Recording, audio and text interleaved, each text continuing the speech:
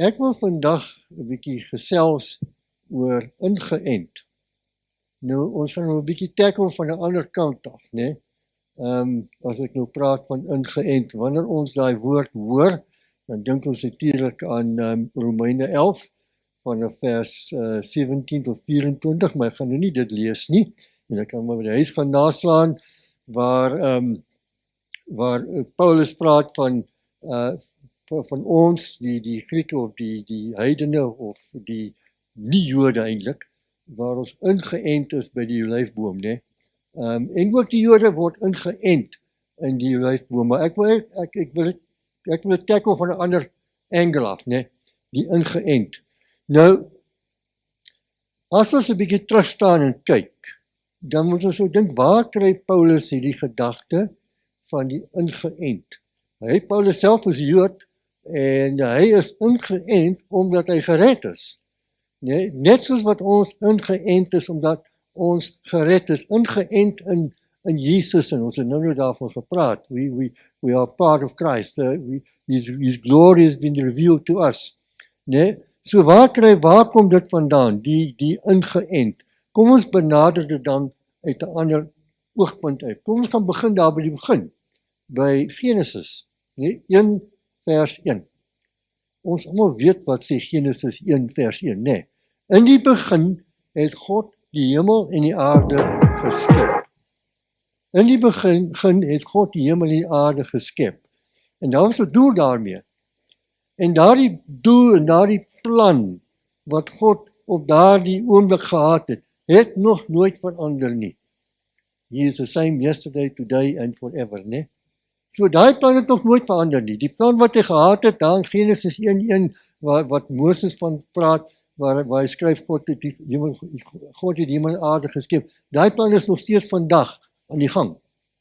Het nie gechange nie. Ons change miskien, ons maak miskien 'n konkelpad, maar God se pad is reguit. Daai pad verander glad nie. Dis een pad van die begin af tot aan die einde toe, dieselfde pad.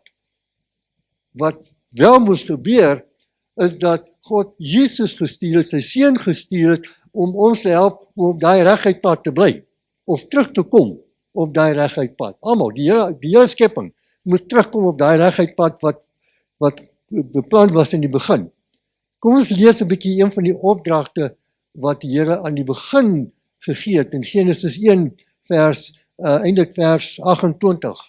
Hy het nou die Adam en Eva geskep, God het hulle geseën, en nou hulle is in die beeld van God geskep, Adam en Eva.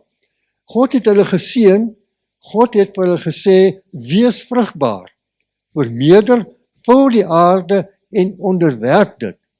Dis nog steeds ons taak, hoor, daar het nog niks gechange nie. Heers oor die visse van die see, die voëls van die hemel, en al die diere wat op die aarde rond beweeg.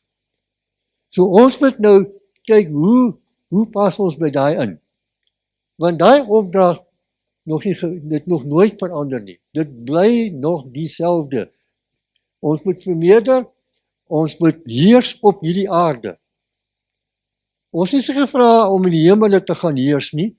Ons is gevra of die opdrag gegee om hier te heers. Nou, Adam en Eva op daai stadium was volmaak in die sin dat hulle nog nie gesondig het nie. Maar ons weet natuurlik hoe Eva arme Adam verlei het, en die twee van hulle in die sonde geval het, en nou moet daar 'n plan gemaak word, en die plan is Jesus. Nou kom Jesus, hy kom aarde toe, hy is gebore, hy word groot, hy is gedoop, en hy preek vir 3 jaar lank, en hy gaan kruis toe, en hy sterf, en hy staan op. Hy het die dood oorwin. Nou lees ons in die einde van Matteus 28 hierdie stukkie, en dis vir my interessant hier. Jesus het nader gekom en vir hulle gesê, aan my is gegee alle mag in die hemel en op aarde. Gaan dan maak disippels van al die nasies en doop hulle, en deur hulle te doop in die naam van die Vader en van die Seun en van die Heilige Gees. en hulle leer om alles te onderhou wat ek julle beveel het. En kyk, ek is met julle al die dae tot aan die volëinding van die tyd. Nou, hier word hierdie opdrag hernie. Maak disippels van alle nasies. Nou, kyk wat sê Jesus in die begin. Hy sê, alle mag in die hemel en op aarde is aan my gegee. So daar is geen mag op hierdie aarde wat groter as syne is nie. Alle mag is syne. Daar is eintlik niemand wat mag het nie. God het die mag. Jesus het die mag. Alle mag is syne. En ons onderwerp onsself aan daai mag. En hoe gebeur dit? Kom ons weet, die hele Matteus 28, hy hoofstuk is die opstandingshoofstuk. Die vroue wat by die vrag kom, wat terug by die graf kom en dan teruggaan en vir die disippels het opgestaan en dan verskyn Jesus aan die disippels en hy vertel en hy gee hulle vir hierdie opdrag. En hy sê, maak disippels, mense wat volg. Hy sê nie maak bekeerlinge nie, hy sê maak disippels. Aan die ander woorde, mense moet doen wat ons doen.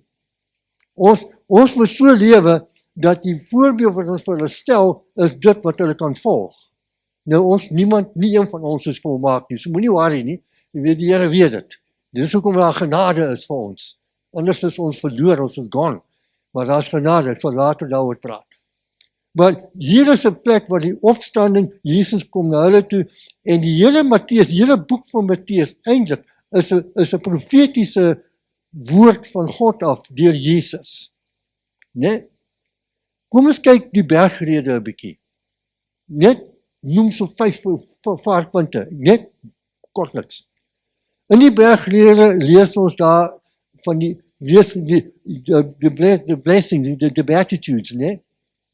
Geseënd is die wat dit doen, geseënd is die wat dat doen. So, daar's blessings wat vir ons wag. En dan vertel hy ons hoe om te bid. Laat die koninkryk kom, laat die wil geskied op die aarde net soos in die hemel. Daar's nog nie opdrag, hier is op aarde, ons het 'n opdrag hier, net soos in die hemel. En dan vertel hy ons hoe om te bid. Nee, en dan gooi hy al die teologie onderste bo. Hy sê, bid vir die wat jou vervolg. Hy sê, wees lief vir jou vyande. Nou as ons 'n paar van Dawid se psalms gaan lees, dan hoor ons wat hy met die vyande wil maak, nee. Hy het 'n paar harde woorde vir die Here, maak hulle dood, doen dit, doen dat, jy weet, en die wat my vervolg, smyt hulle weg. Dis hoe Dawid in psalms praat, nee. Gaan lees 'n bietjie die psalms. Dawid hy praat, reguit.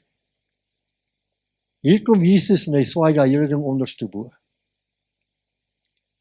En dan sê hy verder in die bergpredikasie, hy sê, die wet sê dit, maar ek sê vir jou. Die wet sê hierdie ding, maar ek sê vir jou. Wat hy doen is, die wet is al klaar moeilik, en ons kan nie die wet hou nie. Nou maak hy die wet nog moeiliker. Al wat Jesus vir ons daar sê, is dat ons het nie 'n kat se kans om enigiets te onderhou nie. Ons het genade nodig. Ons het nie 'n kat se kans om ons so goed te gedra dat ons eie verlossing kan verdien nie. Al die goed, die blessings, die wees lief vir jou vyande, weet, bid vir die wat jou volg. Ons kan dit nie doen sonder die genade van God nie. Onmoontlik. Ons het iets nodig om die dinge te doen wat hy gesê het, want hy sê, maak disippels, en wat sê hy hierso? En leer hulle om alles te onderhou wat ek vir julle gesê het. Al die goed wat hy vir hulle gesê het, ons moet dit nou onderhou. Hoe kan ons dit onderhou? Net deur die krag en genade van Jesus Christus. Geen ander manier nie. En dan sê hy, doop hulle. Doop hulle. Nou dink ons, die doop is net 'n waterdoop. Ons praat van die doop, wanneer ons, het julle doopbad hierso? Ja, agter my, sit agter my. Alright, dit is 'n pragtige ding, ons doop ons mense in naam van die Vader, die Seun en die Heilige Gees, ons bid vir die dooping in die Heilige Gees, dis 'n ander ding, en So, wanneer ons iemand doop, dan sê ons baie meer as druk hom 3 keer onder die water. Dis baie meer as dit, wanneer ons praat van die doop. Tot en met die tyd van Petrus na Pinkster, né? Die doop wat hulle geken het, was die doop van Johannes. Dieselfde doop wat Jesus deurgegaan het, né, wat Johannes hom gedoop het. En hy het dit eintlik nie eens nodig gehad nie. Eintlik maar net om die wet te vervul.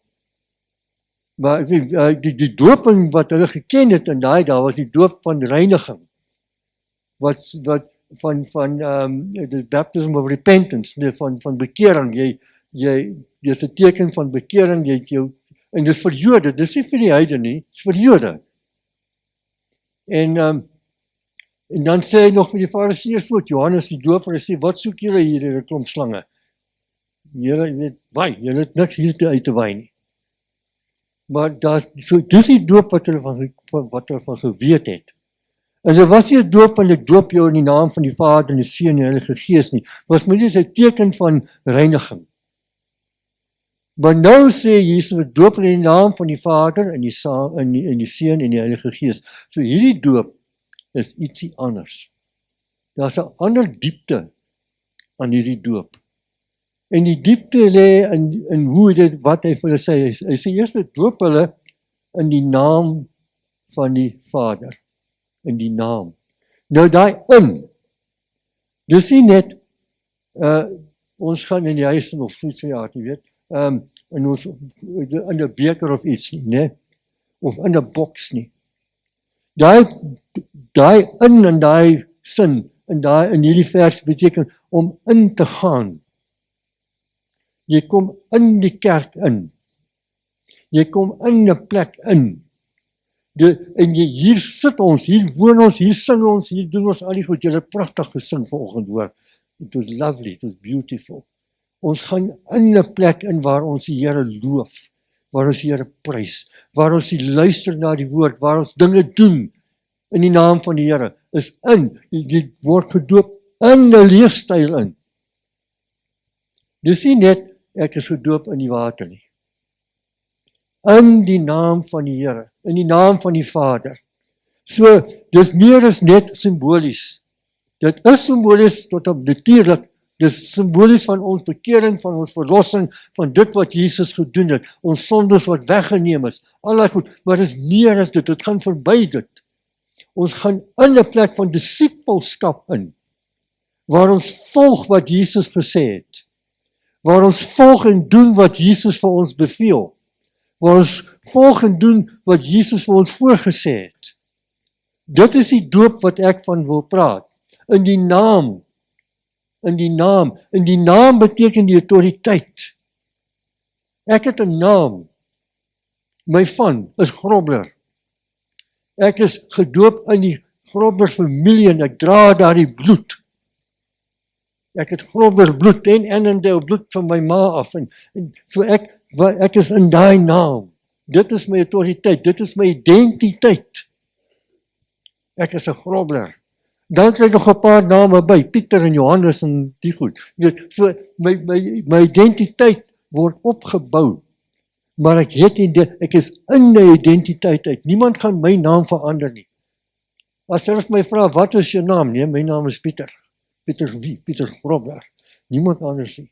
Daar is miskien nie 'n paar ander Pieter Groblers around. Seker daar is. Maar ek is Pieter Grobler, die seun van Christian Grobler, die kleinseun van Pieter Grobler, die agterkleinseun van Christian Grobler. En my seun is Christian Grobler. So, daar's 'n identity wat gedra word. Ek is in die naam. Ons word gedoop in die naam. Ons kry 'n nuwe identiteit in hierdie naam. Daar's 'n autoriteit. Daar's 'n mag en 'n krag in hierdie naam wat ons kry, wat ons ingedoop is. In die naam van die Vader, die Seun, ons dra daai gesag in ons, saam met ons, omdat ons in Christus is. So wanneer ons gedoop word, dan vat ons daardie dinge saam. Dan onthou ons daardie dinge, dan weet ons daardie dinge. Ons is nie net sommer net vandag so, ander dag so. Nee, ons is 'n nuwe mens geskep. We are a new creation in Christ, 'n nuwe skepping in Christus Jesus. Ons is nie ou mense nie, ons is nou 'n nuwe mens. Ons is verander van binnekant af. En ons lewens is nou gefokus op dit wat ons moet doen om die naam van Jesus groot te maak. Ons worry nie soveel meer of gaan ek nou môre my verlossing verloor of môreoggend nie. Nee, ons hele taak is om te lewe soos wat Jesus ons wil lewe. Ons moet onthou, ons is in sy hande. En hy gee vir ons die krag. Hy gee vir ons die autoriteit, die mag om te lewe deur sy gees, deur hy wat in ons woon. Nou lees ons in Korintiërs 2 Korintiërs 13 vers 13, ons sluit altyd 'n diens af met hierdie woorde: die genade van die Here Jesus Christus en die liefde van God en die gemeenskap van die Heilige Gees bly met julle almal. 2 Korintiërs 13:13. Nou, dis pragtige woorde daai. Dis nie pragtig nie, dis magtige woorde. Dit is woorde waarvolgens ons moet leef. Dit is woorde wat in ons is, die woord van God wat in ons is, wat moet uitkom. In die sin dat ons moet dit uitleef. Dis nie net sommer woorde wat ons sê en die pastoor staan met sy hande en bless ons nie. Nee. Dis God wat oor ons praat. Dis die Here wat met ons praat. Dis die Here wat deur ons praat. So, kom ons begin 'n bietjie met daai eerste een. Die genade van die Here Jesus Christus. Wat is die genade van Here Jesus Christus? Dit beteken ons kan rus. Ja, ons kan rus. Ek is nou emeritus, so ek het nou 'n groot gap om 12 uur lekker te rus in die dag, né? Ek weet nie van julle, daar is die ouer mense wat met werk, hulle moet maar 12 uur hulle gaan die werk, maar ek is nou emeritus, so ek kan nou 12 uur, as ek nou lekker moeg en ek kan 'n bietjie toebroodjie eet en dan gaan lê rus ek nou. Nee. Dis lekker. Ek like dit baie, hoor. Maar ons kan rus in die Here. Ons het nie meer nodig om te werk vir ons verlossing nie. Hy het die werk gedoen. Dit is sy genade wat ons red, deur ons geloof in hom, deurdat ons hom glo. So ons rus. Ons het 'n plek waar ons nie meer hoef te stres nie, oor ons verlossing nie. Ons is by hom, hy het ons vas, hy het ons gered, hy het ons nuut gemaak, hy het ons verander, hy het ons die krag gegee om te doen wat hy gevra het ons moet doen. Nie elkeen van ons het dieselfde taak nie, dis verseker. Ek weet Frans wat daar so, hy verkoop voertuie en so aan. Ek verkoop nie voertuie nie, ek het 'n ander job. Ek het nie sy job nie. Die Here sal vir my die vermoë gee om my werk te doen, en die Here gee vir Frans die vermoë om sy werk te doen. Die ouetjie wat 'n motorwerktuigkundige is, die Here gee vir hom die werk om 'n goeie mechanic te wees, of die vermoë. En ons werk aan ons talent. Ek meen, dis nie 'n kwessie dat dit net kom. Nee, ek moes college toe gaan, ek moes dit swat en dat swat, ander goed swat om te weet waar ek is vandag. En natuurlik leer deur my ondervinding oor die laaste 70 jaar. So maak ons almal, so maak die Here met ons almal. Maar sy genade is daar vir ons. Die genade dui op Jesus se werk en vervulling van die wet. Waar ek daar Matteus gesê het, die wet sê so en ek sê vir julle, dan weet ons, ek is gone. Nee, ek kan nie daai goed, nee, deur sy genade kan ek daar uitkom. Deur sy genade kan ek my gedagtes, ek make my, in Engels sê, I make them obedient to Christ. And take my thoughts and make them obedient to Christ. Wat my gedagtes, ek onderwerp hulle aan Christus, soos wat hy wil hê, ek moet dink. En dis 'n proses, dis nie sommer net vandag is dit reg of vandag is verkeerd en môre is dit reg. Nee, dis 'n pad wat ons stap. En baie van julle wat nou ouer as ek is, en julle weet, dis 'n pad wat ons stap. Dis nie sommer net kits nie, maar ons het genade om daardie pad te stap saam met Jesus, né? Ons is in die Sabbat, die rustdag. Die Here het 6 dae gevat en toe rus hy die 7de dag. Hy was nie moeg nie. Job was done. Dis hoekom hy gerus het.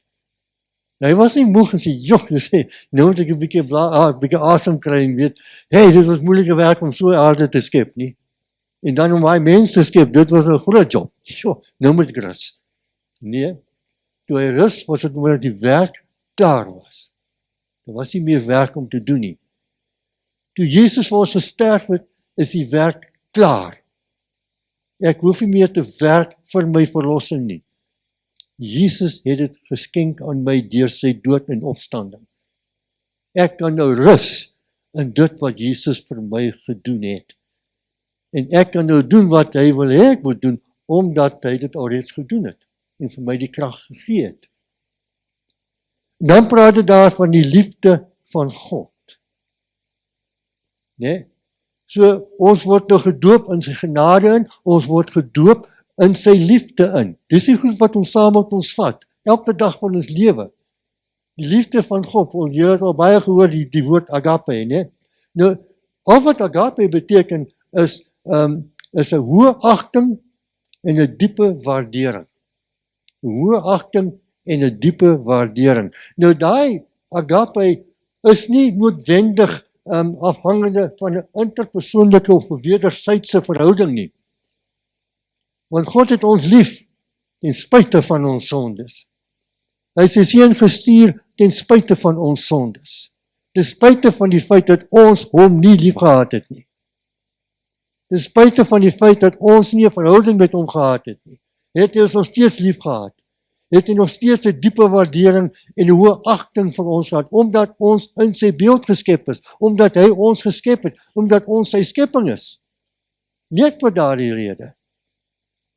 Nou, ek weet nie van die ouer gardes hierso, wie van julle het ou Dr. Moller geken? Die president van ons kerk vir baie jare. Nou hy, in my orden, hy was een van die pastore wat my georden het, baie jare terug. En ek het 'n hoë agting vir Dr. Moller. Maar ek het nooit 'n verhouding met hom gehad nie. Ek het hom nie geken as 'n huisvriend nie. Ek het nooit eers 'n geselskap met hom gehad nie, in my hele lewe lank. Ek het hom altyd gesien daar by die kampkonferensie, wie van julle was by die kamp, Maranatha, nee? Daar staan Dr. Moller, daar staan hy op die kansel, of op die platform, daar die hele plek daarvoor, en daar Dr. Moller, en hy praat so en so en so, en ek kyk met agting na die man. Met groot waardering, met agape. Dis ons president, en is 'n pragtige man van God. Maar ek self het nie 'n persoonlike verhouding met hom nie. Ek sien hom daar, en ek sien hoe lewe hy, en dis die verhouding. So, dit kan ook lei tot 'n persoonlike verhouding. Soos wat wanneer ons tot bekering kom, wanneer ons in Christus is, dan word hierdie agape liefde 'n persoonlike tussenverhouding tussen ek en God, tussen ek en my Vader. So dan God het ons onvoorwaardelik lief.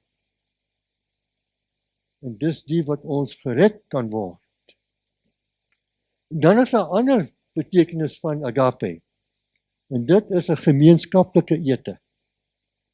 Nou, net voor die diens was ek hier bo in die saal, en daar is toebroodjies en koffie en die goedjies, en ons sit om tafels en gesels mekaar, en ons weet, dis lekker. Dis agape.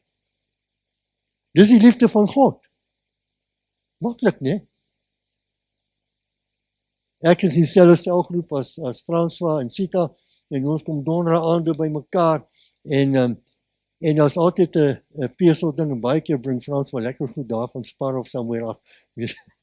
en dan eet ons lekker saam, drink 'n koppie koffie saam, dis agape. Ons gemeenskap met mekaar. Daai etetjie wat ons, daai toebroodjie wat ons saam eet. En dit lei my tot 'n ander gedagte wat ek gekry het, so 'n paar dae terug. Want ek dink oor Pinkster, en ek sien nou, ek vandag hier kom, die boek bekendstelling van Pastoor Justin, die Heilige Gees. En nou dink ek Pinkster, wat is Pinkster? Wat sê ons mense van Pinkster? En ek dink, en ek kry hierdie gedagte, of het nou reg of nie, dis nou my gedagte hierdie, laat ek vir julle uitlees. Ons bekragtiging van God die Vader af, is van God die Vader af, om sy liefde uit te leef deur die gawes wat hy aan ons geskenk het. Dis die doel van Pinkster. Nie noodwendig in ons tale moet praat, maar om sy liefde uit te leef. Om dit wat hy vir ons gegee het, uit te leef. Sy liefde wat hy in ons gee, leef ons uit. Ons word bekragtig in die naam, in the authority van God die Vader. Lewe ons daardie liefde uit, wat die mense kan sien. En dan die gemeenskap van die Heilige Gees. Handelinge 2, vers 46 en 47. Hulle het almal elke dag getrou by die tempel bymekaar gekom, van huis tot huis, die maaltyd van die Here gevier, en hulle het kos met jubelende blydskap en in alle opregtheid geëet. Hulle het God deurentyd geprys en die goedgesindheid van die hele volk geniet. En die Here het elke dag mense wat verlos word by hulle gevoeg. Nou dis die gemeenskap. Die community, die koinonia van die Heilige Gees. Hulle het by die tempel by mekaar gekom. Ander woorde, hier is ons. Ek sê nou hier is die tempel nie, maar dit is 'n gebou waar ons by mekaar kom. Dis 'n kerkgebou. Dis 'n plek waar ons kom om die Here te aanbid. En dis 'n goeie ding dat ons kom. Dis 'n goeie ding dat ons hiernatoe kom en by mekaar kom om die Here te aanbid. Om by mekaar te kom dat ons 'n lieflike sangdiens het. Dat ons by mekaar kom en hopelik 'n goeie woord te hoor. Praat nou van myself. Jy weet, hopelik is dit 'n goeie woord. Ek weet Justin praat 'n goeie woord, preek 'n goeie woord. So dis die kerk, so die gemeenskap is hier. Hier is een gedeelte van die gemeenskap. Dis wanneer ons hier by mekaar kom Sondagoggende of Woensdagoggende wanneer ook 'n vergadering is. Wanneer ons by mekaar kom as gemeente is 'n goeie, dis die gemeenskap van die Heilige Gees. Dan as ook Jesus sê van huis tot huis. Wanneer ons by mekaar kuier. Nee, as sê ek daar by François, hulle bly so 2-3 blokke van my af. As ons daar by mekaar uitkom, dan dis die gemeenskap. Ons gesels met mekaar. Ons hoor mekaar se probleme, ons hoor mekaar se blydskappe. En ons deel met mekaar in die huis. As persoonlike vriende waar ons mekaar goed kan leer ken. Nee, die gemeenskap, die huis en die maaltyd. Hierdie maaltyd is eintlik is 'n verwysing na nagmaal, né? Wat is die nagmaal? Die nagmaal is wanneer ons die dood en die opstanding van Jesus herdenk. Sy gebroke liggaam, sy bloed wat hy vir ons gegiet het, ons het daarvan gesing vanoggend. Dis wat ons herdenk, dis wat ons oordink, dis daai gebroke liggaam, daai bloed wat vir ons gegiet is, wat ons krag gee, wat ons nuwe lewe gee, wat ons inspireer, wat ons dryf tot die liefde van God, om die liefde van God uit te leef, wat ons nuwe mense maak, wat ons genesing bring, wat ons hernie. Dan praat hier, ek laat hierdie een, met jubelende blydskap. Mense, ons moet lekker bly wees. Daar's 'n tyd om te celebrate. Daar's 'n tyd om party te hou. Nee, omdat ons weet wat God vir ons gedoen het. Man, dis 'n smart ding. Dis 'n birthday party. Nee, ons vier ons altyd as ons kinders nou verjaar. Dan is dit nou 'n groot partytjie. Of as ons nou spesiale maalpyl behaal, 60 of 70 of 80 of soos van die aard, jy weet, of 21, jy weet, dan is daar 'n groot party, dis 'n mylpaal, ons kom saam, en dis blydskap en ons jubel saam, die troue, as daar troue is, ons hou party. Ons hou party omdat ons een is met Jesus. Een is met die bruidegom.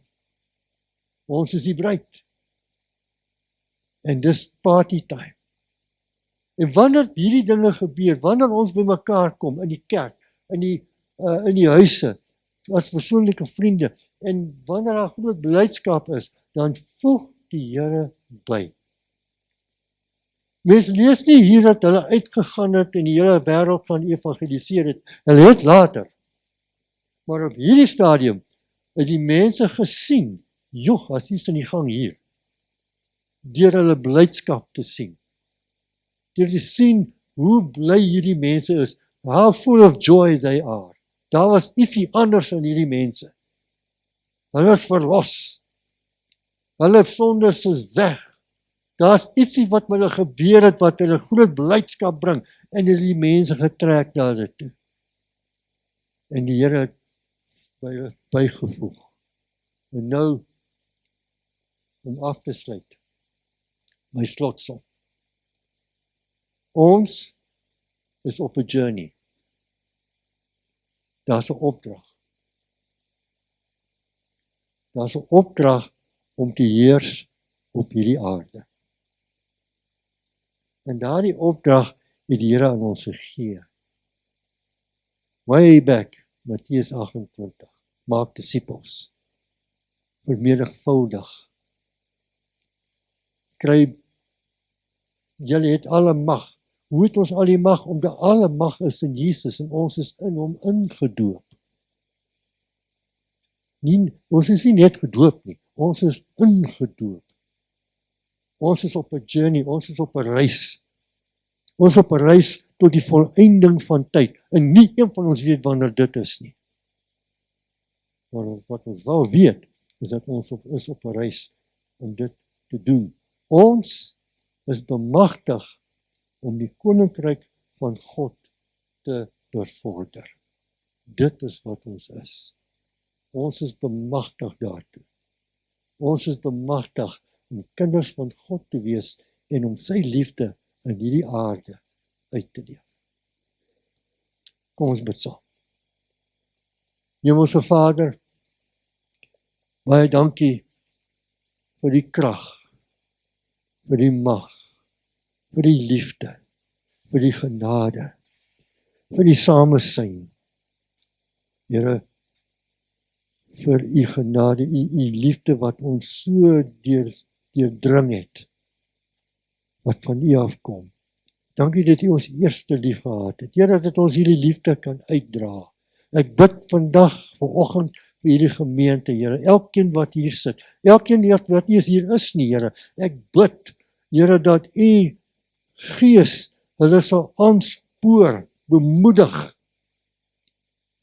om hierdie koninkryk van God uit te leef, om uit te gaan om hierdie koninkryk van God te plant in hulle gemeenskappe, in hulle bure, Here, met wie ook al hulle in kontak mee kom, Here, dat daardie mense sal sien, hierdie mense is kinders van 'n liefdevolle God.